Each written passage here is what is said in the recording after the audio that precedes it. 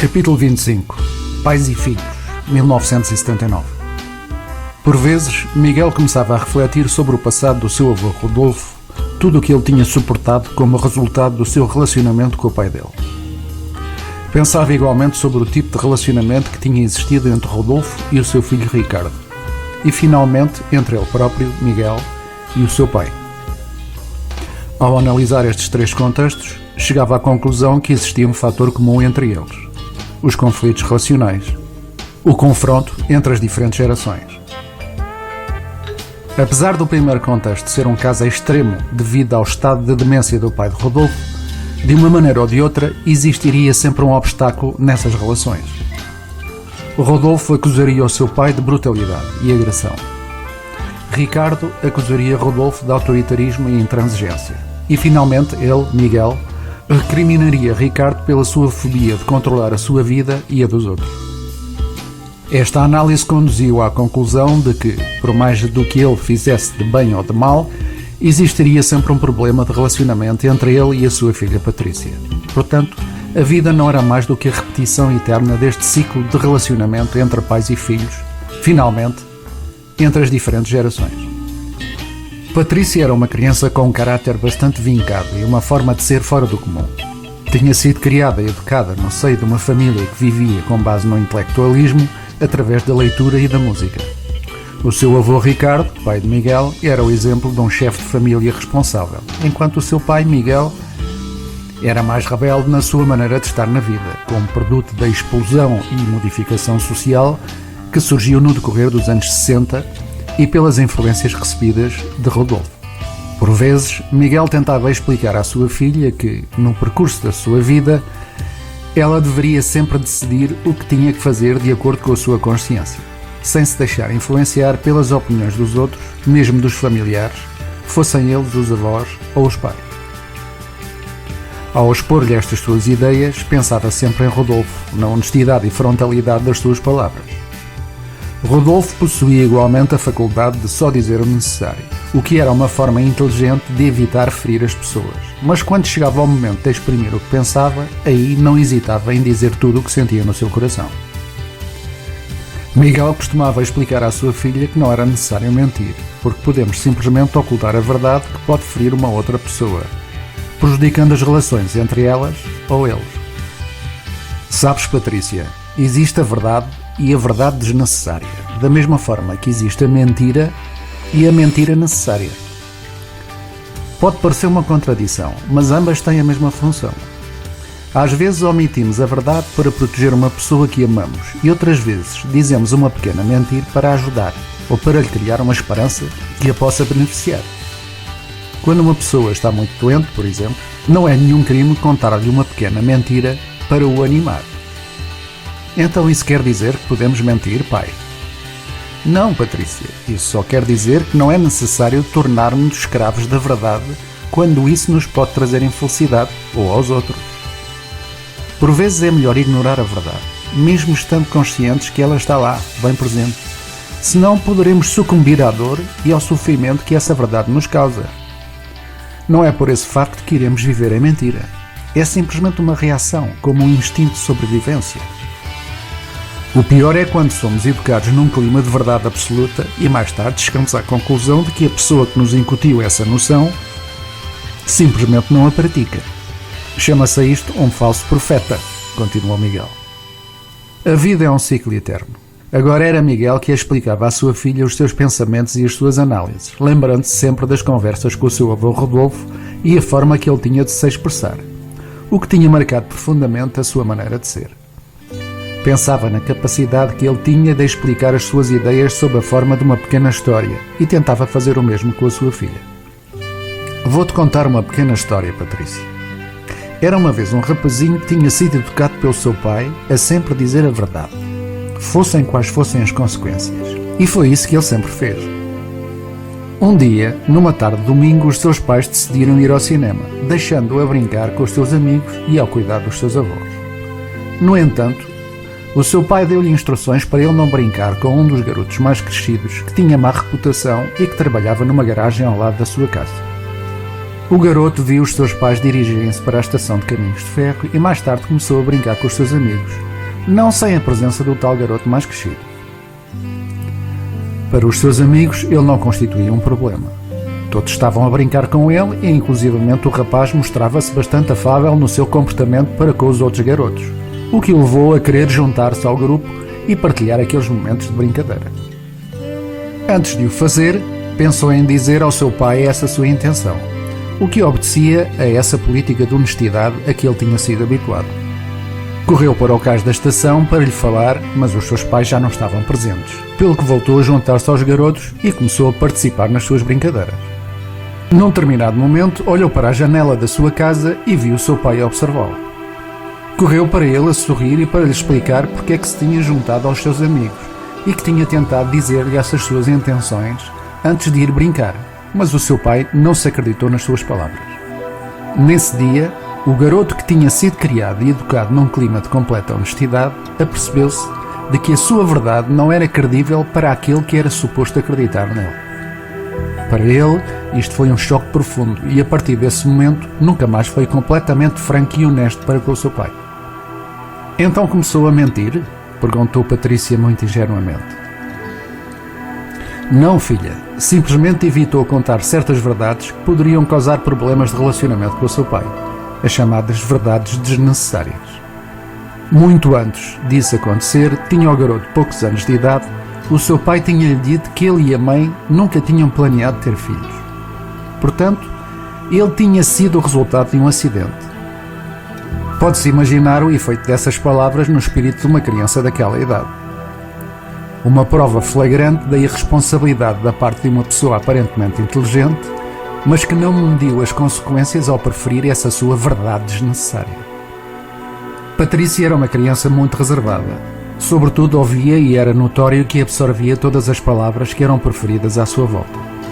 O seu comportamento era bastante disciplinado, ao ponto de ser inclusivamente exagerado. Isto devido à educação dada pela sua mãe Emília, que tinha noções exacerbadas sobre higiene e limpeza. Esse facto originava que Patrícia quase tivesse medo de se sujar quando brincava em casa ou mais tarde no pátio da escola. Na realidade, Patrícia encontrava-se perdida no meio de três mundos completamente diferentes. As diretivas disciplinares exageradas da sua mãe Emília e que a condicionavam enormemente, as decisões arbitrárias sobre o seu futuro pelo seu avô Ricardo e a liberdade extrema concedida pelo seu pai Miguel, a qual ela possivelmente considerava como alheamento da sua parte. Miguel assistia a este seu contexto e ao esforço da sua filha para agradar a todos, esquecendo-se dela própria, das suas ambições e aspirações pessoais. Era notório que Patrícia olhava para Miguel como sendo um Deus, um ser perfeito aos seus olhos. No seu interior tinha vontade de dar esse passo tão necessário que possibilitaria atravessar as fronteiras entre o mundo do seu pai e o dos outros familiares e juntar-se a ele. Mas os condicionalismos existentes nunca possibilitaram que isso acontecesse. Miguel ainda se lembrava a primeira vez quando tinha levado um cigarro à boca à sua frente, o que originou um choro enorme da sua parte e que traduziu a imagem que ela tinha sobre a sua pessoa. Tinha sido como se um sonho se desmoronasse, a conclusão de que finalmente Miguel era como os outros seres humanos à sua volta. A presença da sua mãe Emília na vida do seu pai também era um facto que a afetava, dada a intensidade de relacionamento que existia entre eles. De uma certa forma, Patrícia sentia-se marginalizada, mas ignorando que a sua aproximação com o seu pai dependia da sua coragem de ultrapassar aquelas fronteiras que os outros adultos tinham delineado e simplesmente ser capaz de mostrar os seus sentimentos. Miguel tinha que admitir que a sua ligação com Emília era extremamente intensa, daquele tipo de relação que era bastante difícil de explicar. Quando pensava nisso, sentia que talvez estivesse a criar na sua filha o mesmo sentimento de distância e afastamento de que tinha sido vítima a quando criança, mesmo que involuntariamente criado. Sim, agora como pai, podia compreender a inocência que reveste o nosso comportamento quando reagimos aos nossos sentimentos mais puros, sem pensarmos nas consequências que eles poderão ter na vida das outras pessoas, sobretudo a dos nossos filhos. Mas Miguel, como todos à sua volta, era um ser humano, portanto, falível, e essa sua imperfeição comum a todos nós deveria ser igualmente compreendida. Miguel pensava que a idade da razão era aquela em que os jovens só dão ouvidos à sua própria voz, o que não lhes permite identificar a origem dos comportamentos e reações dos adultos, e que não é mais nada do que uma manifestação da sua inexperiência. Este contexto era extensivo a todos nós, seres humanos, e só mais tarde na nossa vida é que chegaríamos a essa conclusão. Era quando nos encontrávamos a cometer os mesmos erros de que fomos vítimas e que tanto criticámos, o que muitas vezes servia de justificação para os cometermos já como pais. Miguel tinha feito o possível e mesmo o impossível para proteger Patrícia do resto da sociedade.